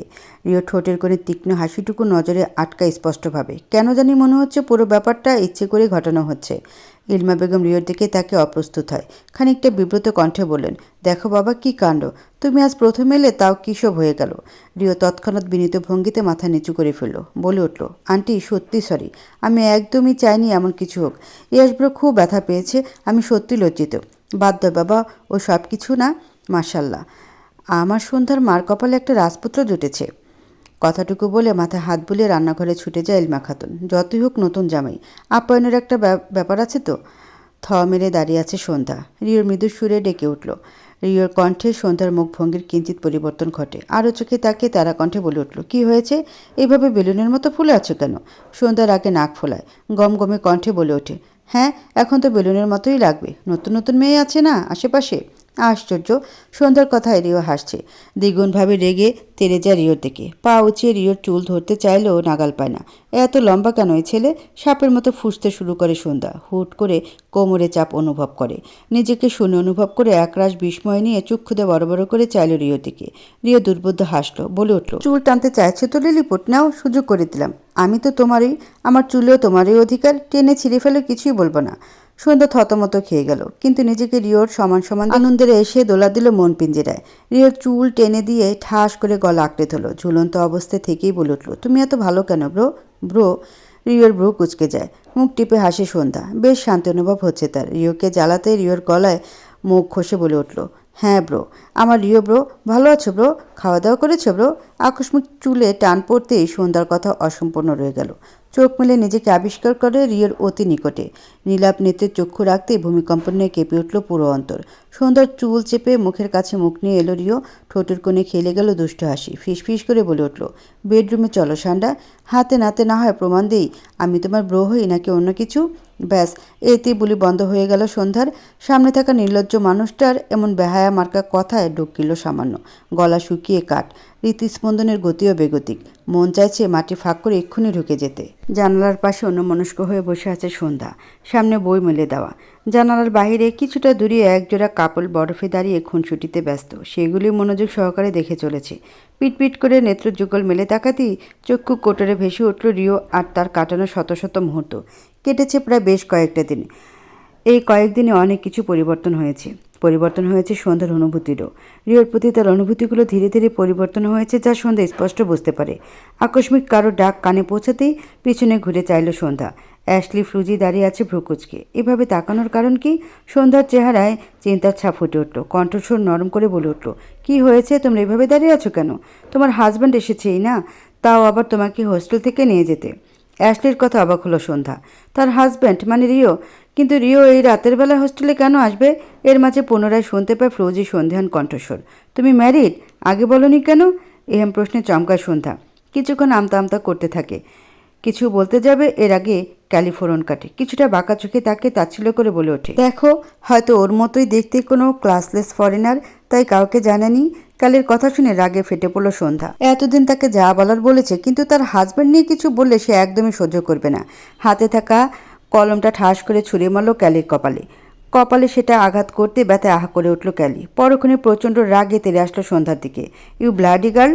ক্যালি এগিয়ে এসে হাত উপরে তুলল সন্ধ্যাকে মারার উদ্দেশ্যে। ক্যালির হাত তুলতে যতটা না সময় লাগলো, সন্ধ্যার হাত মুছতে ধরতে অর্ধ সময় লাগলো না। রাগ চেপেছে সন্ধ্যার মাথায়। ক্যালির হাত পেঁচে পিঠে চেপে ধরে সন্ধ্যা পর মুহূর্তে হিসিয়ে বলে ওঠে, আমার হাজব্যান্ড যেমনই হোক তাতে তোমার কি সমস্যা? তাকে নিয়ে মন্তব্য করার অধিকার আমি তোমায় দেইনি। নিজের উঁচু নাক না গলালেই নয়। অ্যাশলি আর ফ্লোজি অবকতার চরম পর্যায়ে পৌঁছে গেছে। সন্ধ্যার এমন রূপ আজই প্রথম দেখল তারা। বুঝতে পারলো প্রচণ্ড রেগেছে সন্ধ্যা। ক্যালি ব্যথা ছটফট করে উঠল। কিছু বলতে যাবে এর পূর্বে বাইরে থেকে দরজায় নক করার শব্দ হয়। সাথে সাথে হাত ছেড়ে একপাশে দাঁড়িয়ে যায় সন্ধ্যা, যেন ভাজা মাছটাও উল্টে খেতে জানে না। কয়েক মুহূর্তে নিস্তব্ধতা নেমে এলো রুম জেরে। এর মাঝে গটগট শব্দে ভেতরে প্রবেশ করে মিস জেসি। মারাত্মক দাম্ভিক মহিলা, নাকের ডগা রাগ নিয়ে ঘুরে বেড়ায়। তাকে দেখি ক্যালি শান্ত হয়ে গেল। অনেক পানিশমেন্ট পেয়েছে সে, আর পেতে চায় না। এইসব ভেবে ঢোক গিলে কিছুটা রাগী দৃষ্টি নিক্ষেপ করে সন্ধ্যার পানে। সন্ধ্যা খানিকটা ভ্রুকুচকে ভেঙচি কাটে। মিস জেসি সব সময়ের মতো নিজের গাম্ভীর্যতা বজায় রেখে বলে উঠল, মিসেস ইনা, তোমার হাজব্যান্ড সকল ফর্মালিটি শেষ করেছে। নিজের সব কিছু গুছিয়ে নাও। তোমাকে হোস্টেল থেকে নিয়ে যাবে তোমার হাজব্যান্ড। সে নিচে দাঁড়িয়ে নিজের বক্তব্য শেষ করে চলে গেল মিস জেসি। সন্ধ্যা থ মেরে দাঁড়িয়ে থাকলো। কিছুই বুঝলো না কি হচ্ছে। ফ্লোজির কথা হুঁশ ফিরতেই সব নিজের জিনিসপত্র গোছগাছে লেগে পড়ে। তাকে হেল্প করতে অ্যাশলি আর ফ্লুজিও এগিয়ে আসে। অল্প কিছু জিনিসপত্র হয়, খুব বেশি সময় ব্যয় হয় না। হুট করে পুনরায় দরজায় নক পড়ে। ওপাশ থেকে ভেসে আসে সন্ধ্যা।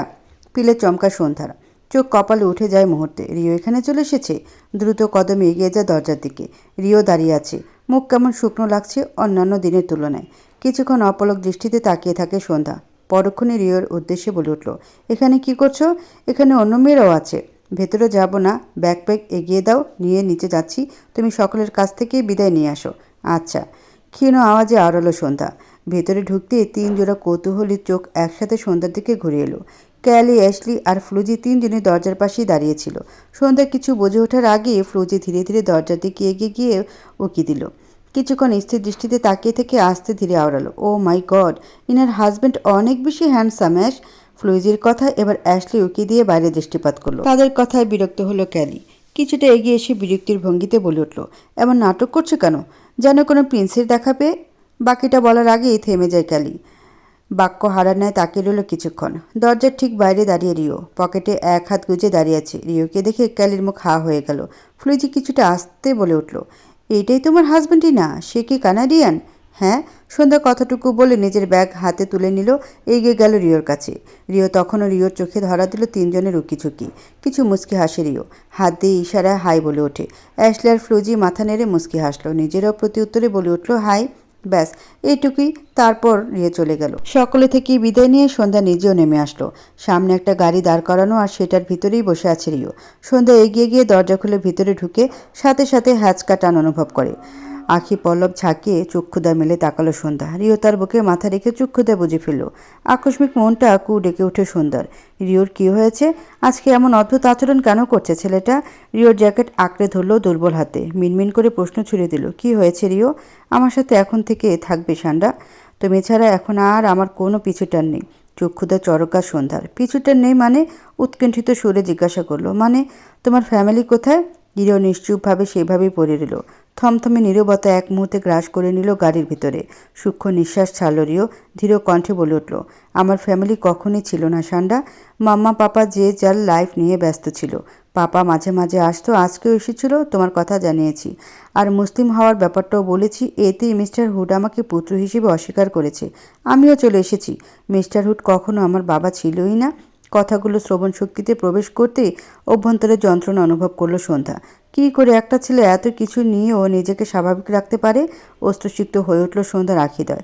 আর একটু শক্ত করে আঁকড়ে ধরে নিজের সাথে মিশিয়ে নিল রিওকে। 5 স্টার হোটেলের তুলতুলে বিছানায় ডুবে আছে সন্ধ্যা। বুকের ভিতর কেমন অস্থির অস্থির লাগছে। আজকের রাতটা হয়তো তারা এখানেই কাটাবে। আজকের পর থেকে রিওর সাথে একই রুমে সবসময় কাটাতে হবে, কথাটুকু ভেবে ঠোঁটে ঠোঁট চেপে ধরল সন্ধ্যা। দেয়ালে থাকা ঘড়িটার দিকে একবার অস্থির আখিদায় বুলালো। রাত 11টা বাজতে চলল, কিন্তু রিও কোনো খবর নেই।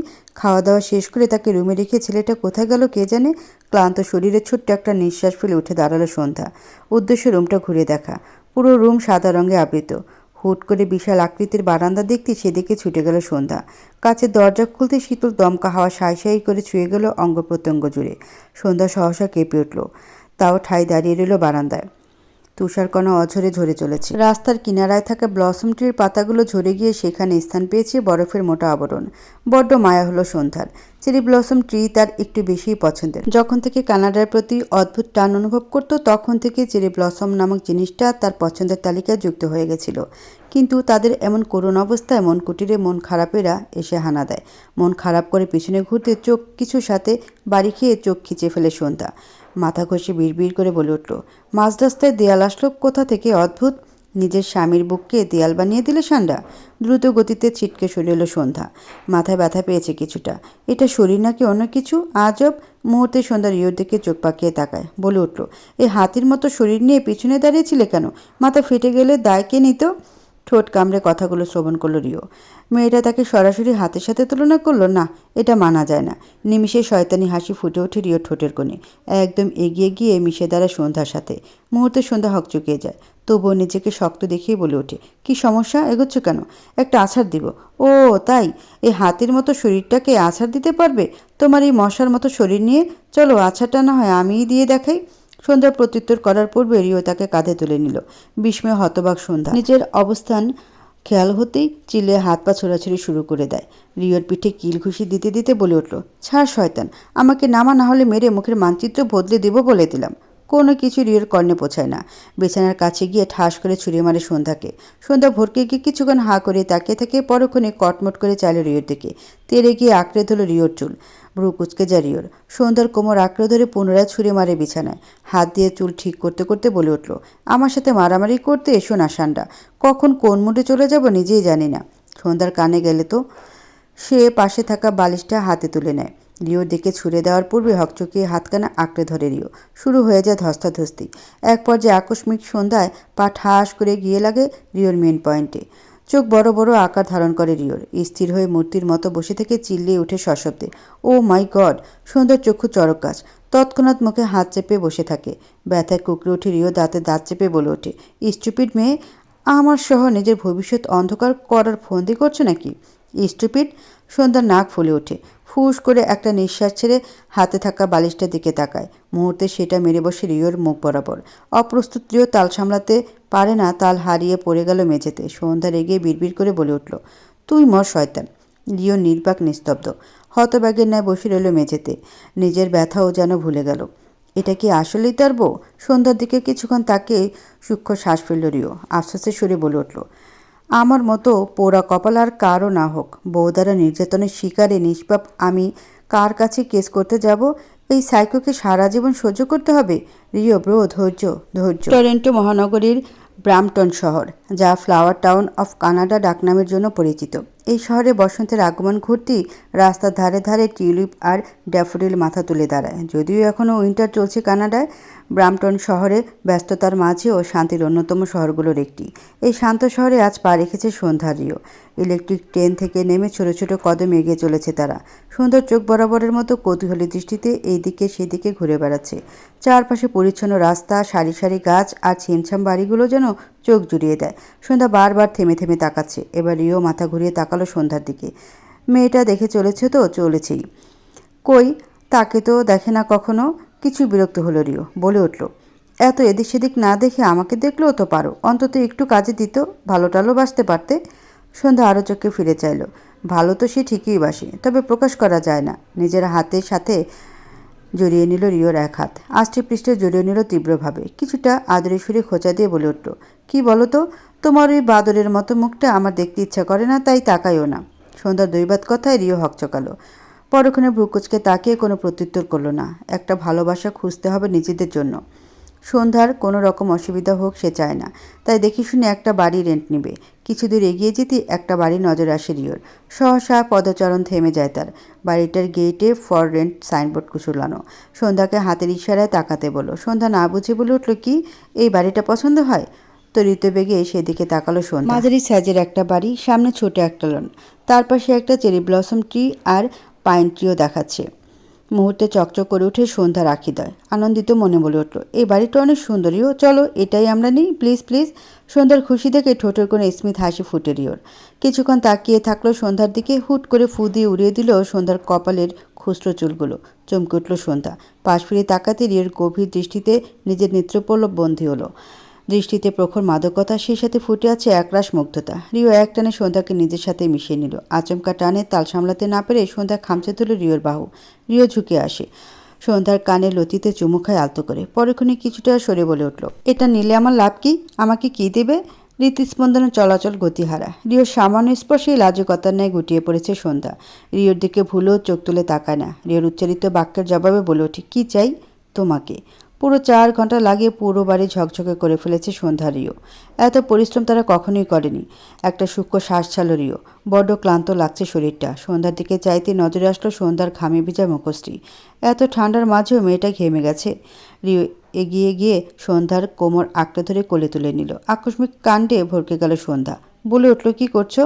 কোনোরূপ জবাব দিল না রিও। সন্ধ্যাকে কোলে নিয়ে ঠাস করে বসে গেল সোফার ওপর। সন্ধ্যার চুলে ছোট করে একটা চুমু খেল রিও। সন্ধ্যার চুলগুলো ঠিক করতে করতে বলে উঠল, এত পরিশ্রম করতে হবে না কুইন, এসবের জন্য আমি আছি তো, তুমি শুধু বসে বসে দেখিয়ে দাও। কেন? এটা আমারও বাড়ি, আমিও করব। রানীকে কাজ করতে দেখেছো কখনো? সন্ধ্যা আর কথা বাড়ায় না, বরং আরও চোখে শুধু একবার তাকায়। মুহূর্তে ধরা পড়ে যায় রিওর কাছে। তখন নিষ্পলকভাবে তাকিয়ে আছে রিও। নিমিষে সন্ধ্যাকে কাছে টেনে গলায় মুখ ডুবিয়ে দিল। আকস্মিকতায় শীতল স্রোত বয়ে গেল সন্ধ্যার সর্বাঙ্গে। লজ্জায় আটকে থাকলো হৃদয় গহ্বরে। কোমরের বাঁধন আরও খানিকটা গভীর হলো। বেসামাল স্পর্শে দিশেহারা সন্ধ্যা কোনো মতে বলে উঠল, আমার ক্ষুধা পেয়েছে রিও। রিও থেমে গেল কিছু মুহূর্ত। পরক্ষণে গলা থেকে মুখ তুলে ঠোঁটে একটা শক্ত চুমু খেয়ে সন্ধ্যাকে ধরে রাখা হাতের বাঁধন ঢিল করল। ছাড়া পেতে তরিত বেগে সরে আসলো রিওর কাছ থেকে। অসভ্য নজরে রিও একবার সন্ধ্যার পুরো শরীরে নজর বোলায়। কিঞ্চিত কেঁপে ওঠে সন্ধ্যা, যা রিওর চক্ষু গোচর হয় না। ঠোঁট বাঁকিয়ে বলে উঠল, দূরের সরার ভালোই বাহানা দিয়েছ সান্ডা। 10 মিনিট দিলাম, দ্রুত ফ্রেশ হয়ে আসো, রেস্টুরেন্টে যাব। 10 মিনিটের থেকে 1 সেকেন্ডও বেশি হলে গড প্রমিস ঘন্টা পেরিয়ে গেলেও কোথাও পালানোর সুযোগ পাবে না। সন্ধ্যা বিস্ময়ত দৃষ্টিতে তাকিয়ে রইল অনেকক্ষণ। পরক্ষণে ভ্রু কুচকে তাকালো। একদম এগিয়ে এসে হুট করে শক্ত করে চেপে ধরল রিওর চুল। মুহূর্তে কোনো দিকে না তাকিয়ে এক টান দিয়ে ছুটে দৌড়ে পালালো। বিস্ময় হতবাক রিও কিছুক্ষণ থ মেরে বসে রইল। অভ্যন্তর থেকে একটা দীর্ঘশ্বাস বেরিয়ে আসলো। বিড়বিড় করে বলে উঠল, এতদিন ভাবতাম এই মেয়ে খুব ম্যাচিওর, এখন বুঝলাম হাইটের মতোই ম্যাচুরিটি লেভেল শর্ট। রেস্টুরেন্টের থেকে বের হতেই হিমেল বাতাস এক ঝটকা গায়ে এসে লাগলো সন্ধ্যার। মুহূর্তে ঠান্ডার প্রকৃতি শিউরে ওঠে সন্ধ্যার শরীর। সহসা কোটের কলারটা গলা পর্যন্ত তুলে নিল। এর মাঝে রেস্টুরেন্টের বিল পে করে রিও বাইরে বেরিয়ে আসলো। এসেই প্রথমে আঁকড়ে ধরল সন্ধ্যার বাহু। মৃদুসুরে বলে উঠল, বাসায় যাবে? না, এই নতুন শহরটা ঘুরে দেখব। রিও মৃদুসুরে বলে উঠল, আচ্ছা চলো, তবে বেশি ঠান্ডা লাগলে কিন্তু এক মুহূর্ত দাঁড়ানো যাবে না। Okay mister husband. রিও মুস্কি হাসল। ব্রামটাউন পরিবেশটা টরন্টো থেকে সম্পূর্ণ ভিন্ন। এখানে বড় বড় বিল্ডিংয়ের থেকে ছোট ছোট বাড়ি বেশি, যা সন্ধ্যার বেশ মনে ধরেছে। পুরো রাস্তা সারি সারি ট্রি দিয়ে ঘেরা। নিরিবিলি রাস্তায় দুজনেই পাশাপাশি হাঁটতে থাকে। কিছু দূর যেতেই নজর আসে বিশাল একটা লেক। লেকের পানির বরফের আবৃত অবস্থায় বলে দিচ্ছে ঠিক কতটা হাড় কাঁপানো শীত এই কানাডায়। লেকের পাশে একজোড়া মাঝবয়সী দম্পতি বসে আছে বেঞ্চিতে। দম্পতিদের মধ্যে পুরুষটি মহিলাকে কিছু একটা খাইয়ে দিচ্ছে। সন্ধ্যা তাকিয়ে পর্যবেক্ষণ করলো তাদের। কি মনোমুগ্ধকর দৃশ্য! এর মাঝে শ্রবণ শক্তিতে এসে বাড়ি খায় রিওর মনোহর কণ্ঠস্বর। দেখলে মানুষ বুড়ো হয়, কিন্তু ভালোবাসা না। আনন্দপূর্ণ হাসি ফুটে উঠল সন্ধ্যার ঠোঁটে। কি মনে করে নিজ থেকে জড়িয়ে ধরল রিওকে। রিওর হাট বরাবর ওষ্ঠদয় ছুঁয়ে দিল সন্ধ্যা। রিও তুক্ষ দৃষ্টিতে তাকালো। অবাক হয়েছে বেশ। সন্ধ্যা আর একটু মিশে যেতেই রিও সন্ধ্যাকে চেপে ধরে নিজের সাথে। অভ্যন্তর, মন, মস্তিষ্ক সব জায়গা জুড়ে হিমশীতল বাতাস বয়ে যাচ্ছে। এর মাঝে সন্ধ্যা মৃদুসুরে বলে উঠল, আমি তোমাকে ভালোবাসি না রিও। মুহূর্তে থমকে গেল রিওর পৃথিবী। মস্তিষ্ক যেন জ্বলে উঠল সন্ধ্যার কথায়। বুকের বাম পাশে চিনচিনে ব্যথার উদ্ভব হয়। পুনরায় শুনতে পায় সন্ধ্যার কণ্ঠস্বর। ভালো তো সবাই বাসে, আজকাল ভালোবাসি শব্দটা খুব সস্তা। ভালোবাসি বলেও ভালোবাসা হয় না, তাই আমি তোমাকে ভালোবাসতে চাইও না রিও। আমি শুধু চাই তোমার সাথে বুড়ো হতে। জীবনের শেষ বয়সে এসে যখন সব দায়িত্ব থেকে মুক্তি মিলবে, তখন কুঁচকে যাওয়া চামড়ার হাতে হাত রেখে মৃত্যু পর্যন্ত পাড়ি দিতে। সেইটুকু সময় পর্যন্ত আমার সাথে থাকবে, প্রমিস? রিও নির্নিমেষ চেয়ে থাকলো সন্ধ্যার দিকে। মেয়েটাকে এক্ষুনি ঝাপটে বুকের মাঝে ঢুকিয়ে নিতে ইচ্ছা করছে। কেন এত সহজে কথাগুলো বলে দিল মেয়েটা? সহ্য হচ্ছে না রিওর। এই দূরত্বটা একদমই সহ্য হচ্ছে না। সন্ধ্যার বাড়িয়ে দেওয়া হাতের দিকে তাকিয়ে সেটা নিজের হাতের মুঠোয় পুরে নিল। একটা আলতো করে চুমু খেয়ে বলে উঠল, প্রমিস। এবার চট করে সরে গেল সন্ধ্যা। রিওর দিকে তাকিয়ে বলে উঠল, হয়েছে হয়েছে, এবার যাও, ওই যে টিউলিপের দোকান, টিউলিপ ফুল নিয়ে এসো। ভ্রুযুগল কুচকে যায় রিওর। এই মেয়ের মুড মুহূর্তে চেঞ্জ হয়ে গেল। অদ্ভুত হতাশার নিঃশ্বাস ফেলে রিও। নিজের বউয়ের আবদার পূরণ তো করতেই হবে। যাওয়ার পূর্বে সন্ধ্যার উদ্দেশ্যে বলে উঠল, কোথাও যাবে না, এখানে চুপচাপ দাঁড়িয়ে থাকবে, বুঝেছ? নিজের কথা শেষ করে রিও চলে যায় রাস্তার ওপাশে। সন্ধ্যা একটা ভেঙচি কাটে। সে কি ছোট নাকি যে তাকে বাচ্চার মতো চুপচাপ দাঁড়িয়ে থাকতে বলছে? বরফে জমে যাওয়া লেকটা বড্ড টানছে সন্ধ্যাকে। এটার উপর সে যেতে চায়। রিওর অপেক্ষা না করে ধীর কদমে এগিয়ে যায় লেকের দিকে। বরফের উপর পা রাখে খুব সাবধানে। না, বরফ শক্তই আছে। মুহূর্তে আনন্দে নেচে ওঠে মন। কয়েক কদম এগিয়ে গিয়ে দাঁড়িয়ে পড়ে। রিওর দিকে ফিরে তাকাতেই দেখতে পায় রাস্তা পেরিয়ে তার কাছে আসছে রিও। খুশিতে চিল্লিয়ে ডেকে উঠল, রিও দেখো আমি কোথায়। দূরে থাকা রিও হেসে ওঠে। হাসল সন্ধ্যা নিজেও। আকস্মিক অদ্ভুত কিছু আজ ভ্রুযুগল কুচকাছে সন্ধ্যার। মাথা নিচু করে তাকাতেই দেখতে পায় লেকের বরফে ফাটল ধরেছে। অভ্যন্তরে ধক করে উঠল সন্ধ্যার। বক্ষস্থল কেঁপে উঠল তীব্রভাবে। মৃদু সুরে ডেকে উঠল, রিও। শব্দটা এতই আস্তে ছিল সন্ধ্যা নিজের কর্ণে পৌঁছালো না। বরফের ফাটলের শব্দ কিছুটা তীব্র হতে কেঁপে ওঠে সন্ধ্যা। মুহূর্তেই আতঙ্কের সাথে চিল্লিয়ে ওঠে, রিও। মুহূর্তে বরফ ভেঙে যায়। শীতল পানিতে হারিয়ে গেল সন্ধ্যা। সবে মাত্র রাস্তার এপাশে এসে দাঁড়িয়েছে রিও, কিন্তু নিমিষে স্তব্ধ হয়ে মূর্তির মতো স্থির হয়ে গেল। হাতে থাকা টিউলিপগুলোও স্থান পেল মাটিতে। নিঃশ্বাস আটকে দাঁড়িয়ে থাকে রিও। পর মুহূর্তে সমস্ত শক্তি দিয়ে ছুটে আসে। দিক বিদিক ফুলে ঝাঁপ দেয় লেকের কনকনে ঠান্ডা পানিতে। খানিক সময়ের ব্যবধানে পেয়েও যায় সন্ধ্যাকে। সমস্ত শক্তি দিয়ে বুকের সাথে চেপে ধরে উপরে উঠে আসে। সন্ধ্যা নিস্তেজ। ঠোঁট ঠান্ডায় নীল আকার ধারণ করেছে। রিওর ভিতরটা প্রচণ্ড রকমের কাঁপছে। সন্ধ্যা গালে হাত দিয়ে এদিক ওদিক ঘোরায়।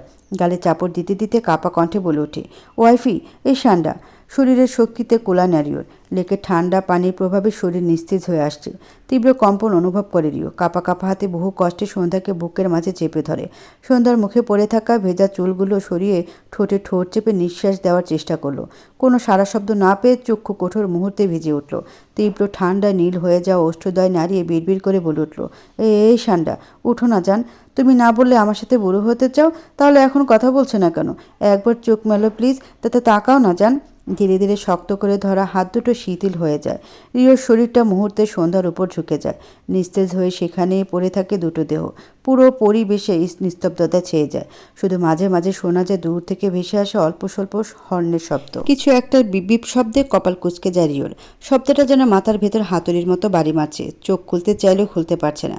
শরীরটা বড্ড ভারী লাগছে। বহু কষ্টে চক্ষুদ্বয় মিলতেই ঝাপসা চোখে সাদা সিলিং। আশেপাশে নজর বুলাতেই বুঝতে পারে হসপিটালে আছে। মুহূর্তে স্মৃতিরা একসাথে ঝাঁপিয়ে পড়ে মস্তিষ্ক জুড়ে। সন্ধ্যার কথা মনে পড়তে শোয়া থেকে দ্রুত বেগে উঠে বসে। আকস্মিক ক্যানোলা টান পড়তে কিছুটা ব্যথা চোখ মুখ কুঁচকে যায়। শরীরে বিন্দু মাত্র শক্তি অবশিষ্ট নেই। টান দিয়ে ক্যানোলা ছিঁড়ে পাশে ফিরতে নজর আসে লেকের পাশের কাপলদের মাঝে থাকা লোকটাকে। মুহূর্তে অস্থির হয়ে উঠল অভ্যন্তর। অস্থির কণ্ঠে আড়ালো, আমার ওয়াইফ কোথায়? সন্ধ্যা, আমার সাথে একটা মেয়ে ছিল, সে কোথায়? মধ্যবয়সী লোকটা উঠে দাঁড়ালো। কানাডিয়ান ভাষায় শান্ত সুরে বলে উঠল, তোমার সাথে মেয়েটাকে পাশের কেবিনে রাখা হয়েছে। আমি চললাম, এখন নিজের খেয়াল রেখো। লোকটা কথাটুকু বলে বেরিয়ে গেল। রিওর ধন্যবাদ জানানোর সময়টুকুও পেল না। রিওর শরীরের যন্ত্রণা ভুলে দ্রুত বেগে ছুটল পাশের কেবিনে। ঠিক তখনই কেবিনের দরজা খুলে বেরিয়ে এলো ডাক্তার। রিও দৌড়ে গিয়ে তার সামনে দাঁড়ালো। কণ্ঠে হালকা কম্পন, কথা বলতেও বেগ পোহাতে হচ্ছে। কোনো মতে বলে উঠল, ভেতরের পেশেন্ট কেমন আছে ডাক্তার? ফুসফুসে অনেক পানি ঢুকে গিয়েছিল, যেটা আমরা বের করতে পেরেছি, কিন্তু সমস্যা হচ্ছে অতিরিক্ত ঠান্ডা। হাইপোথার্মিয়ার কারণে অবস্থা এখনও সিরিয়াস, তবে চেষ্টা করছি। ডাক্তার গম্ভীর কণ্ঠে নিজের বক্তব্য শেষ করে চলে গেলেন। স্তব্ধ হয়ে কিছুক্ষণ দাঁড়িয়ে রইল রিও। ভেতরে ভেতরে সন্ধ্যাকে হারানোর ভয়ে সে হানা দেয়। দরজা ঠেলে ভেতরে প্রবেশ করতে বুকের ভেতর ধক করে ওঠে রিওর। সাদা বেডে শুয়ে আছে সন্ধ্যা। শরীরটা অস্বাভাবিক রকম শান্ত, চোখ বন্ধ, ঠোঁট যুগল ফ্যাকাশে হয়ে আছে। রিও ধীরে ধীরে বেডের পাশে গিয়ে বসে পড়ল। হাত বাড়িয়ে সন্ধ্যার হাতটা নিবিড়ভাবে আঁকড়ে ধরে। কি ঠান্ডা হাত! বুকের ভেতর মোচড় দিয়ে উঠল মুহূর্তেই। বিড়বিড় করে বলে উঠল, এই সান্ডা, এভাবে শুয়ে আছো কেন? দেখতে বাজে লাগছে একদম, উঠো এক্ষুনি। কোনো সারা শব্দ নেই। পুরো কেবিন নিস্তব্ধতায় মরে আছে। রিও মাথা উঁচিয়ে উপরের দিকে তাকালো, আনমনে আড়ালো। আল্লাহ, তুমি তো নাকি সবার মনের কথা শোনো। আমি তো কখনো তোমার কাছে কিছুই চাইনি। দেখো, আমি ইসলাম গ্রহণ করে তোমার বান্দা হয়েছি। আমার উপর একবার দয়া করবে রব? একবার ভিক্ষা দিবে আমার সন্ধ্যাকে, শুধু একবার? রিও চোখের কোণ বেয়ে এক ফোঁটা পানি গড়িয়ে পড়ল। বাম হাতের কোণে দিয়ে অশ্রু মুছিয়ে মাথা নুয়ে সন্ধ্যার হাতটা নিজের কপালে ঠেকালো। নিষ্প্রাণ কণ্ঠে বলে উঠল, এভাবে ভয় দেখাতে হয় জান? সত্যি আমি ভয় পাচ্ছি। আমার তো তুমি ছাড়া কেউ নেই। আমি কিন্তু তোমাকে বিশ্বাস করছি। আমি জানি তুমি আমাকে একা করবে না। রিও কথাগুলো বলে চুপ করে গেল। রিও কেবিনের ভেতর তখন শুধু মনিটরের একঘেয়ে বিপ শব্দ প্রতিফলিত হচ্ছে। রিওর বুকের ভেতর প্রচণ্ড ব্যথা হচ্ছে। সেইভাবেই হাতে মাথা ঠেকিয়ে পড়ে রইল। কেটে যায় দীর্ঘ একটা প্রহর। কেবিনের পর্দাগুলো মৃদু মৃদু দুলে চলেছে জানালার ফাঁক গলিয়ে আসা স্বল্প বাতাসের দাপটে। একই ভঙ্গিতে বসে আছে রিও। সামান্যতম নড়চড় নেই। হুট করে এত কিছু ভেঙে দিয়েছে তাকে একদম ভেতর থেকে। হঠাৎ সন্ধ্যার আঙ্গুলে ক্ষীণ নড়াচড় অনুভব করে রিও। মুহূর্তে তড়িৎ গতিতে মাথা তুলে তাকায় সন্ধ্যার পানে। মনে মনে প্রার্থনা করে অনুমানটাই যেন সঠিক হয়। পুনরায় নড়ে উঠল সন্ধ্যার হাত। মুহূর্তে খুশিতে চকচক করে ওঠে রিওর নেত্রপল্লব। দ্রুত গতিতে গিয়ে ডাক্তারকে নিয়ে আসে। ডাক্তার সব কিছু চেক করে বলে উঠল, now she is out of danger. কিছুক্ষণের ভিতর জ্ঞান ফিরে আসবে আশা করা যায়। ডাক্তার চলে যেতেই মন্থর গতিতে এগিয়ে যায় রিও। সন্ধ্যার একদম নিকটে গিয়ে পদচারণ থেমে যায়। সন্ধ্যার মলিন বিবর্ণ মুখের দিকে তাকিয়ে থাকে একদৃষ্টিতে। পরক্ষণে ঝুঁকে এসে ওষ্ঠযুগল চেপে ধরল কপালে। বুক চিরে যন্ত্রণাগুলো বেরিয়ে আসতে চাইছে। এর মাঝে কর্ণপাথা সন্ধ্যার মৃদু কণ্ঠস্বর, রিও। সন্ধ্যা ভ্রু কুচকে গেল অল্প স্বল্প। ঠোঁট কেঁপে উঠল সামান্য। পুনরায় চেষ্টা করলো ডেকে ওঠার। রিও আর নিজেকে সামলাতে পারল না। সন্ধ্যা দুর্বল শরীরটাকে দু হাতে শক্ত করে আঁকড়ে ধরল নিজের সাথে। বেশ খানিক পরে পিটপিট করে চক্ষু পল্লব মেলে তাকালো সন্ধ্যা। নিজেকে বলিষ্ঠ বাহাদুরে আবদ্ধ দেখে কিছুটা চমকালো। পরক্ষণে সামান্য হেসে উঠে হাত রাখলো রিওর পিঠে।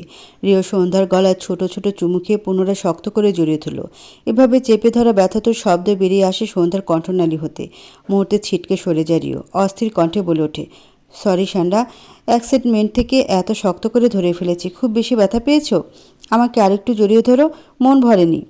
সন্ধ্যার ক্ষীণ সুরে বলা কথাটা রিওর কানে পৌঁছায়। দ্বিধাবোধ থেকে বলে উঠল, না, তুমি ব্যথা পাবে, আগে সুস্থ হয়ে নাও। পলকে ক্ষীণ দৃষ্টি নিক্ষেপ করলো সন্ধ্যা। কণ্ঠে তেজ ছেলে দুর্বল কণ্ঠে বলে উঠল, যেটা বলেছি সেটা করো, না হলে জানালা দিয়ে ছুঁড়ে ফেলবো তোমায়। কিছু সময় পূর্ব যে মেয়ে নিস্তেজ হয়ে পড়েছিল সে মেয়ে এখন হুমকি দিচ্ছে। কপাল কুঁচকে তাকারিও, তবে কথা বাড়ায় না। পুনরায় জড়িয়ে ধরে নিজের সুখকে। সন্ধ্যার ঠোঁটের কার্নিশে জুড়ে হাসি ফুটে উঠল। কিন্তু কিছুক্ষণ পর হুট করে গলায় ভেজে অনুভব করে চমকালো ভীষণ। রিও কি কাছে? নিঝুম আধার পেরিয়ে সূর্য নিজের কিরণ ছড়াচ্ছে চারদিকে। কানাডার বরফে ঢাকা এই মৌসুমে সূর্যে দেখা স্বর্ণের খনি পাওয়া থেকে কোনো অংশে কম নয়। কিচেনে টুংটাং শব্দে কাজ করে চলেছে রিও। ব্যস্ত হাতে অনুবর্ত নেড়ে চলেছে চুলায় বসানো স্যুপ।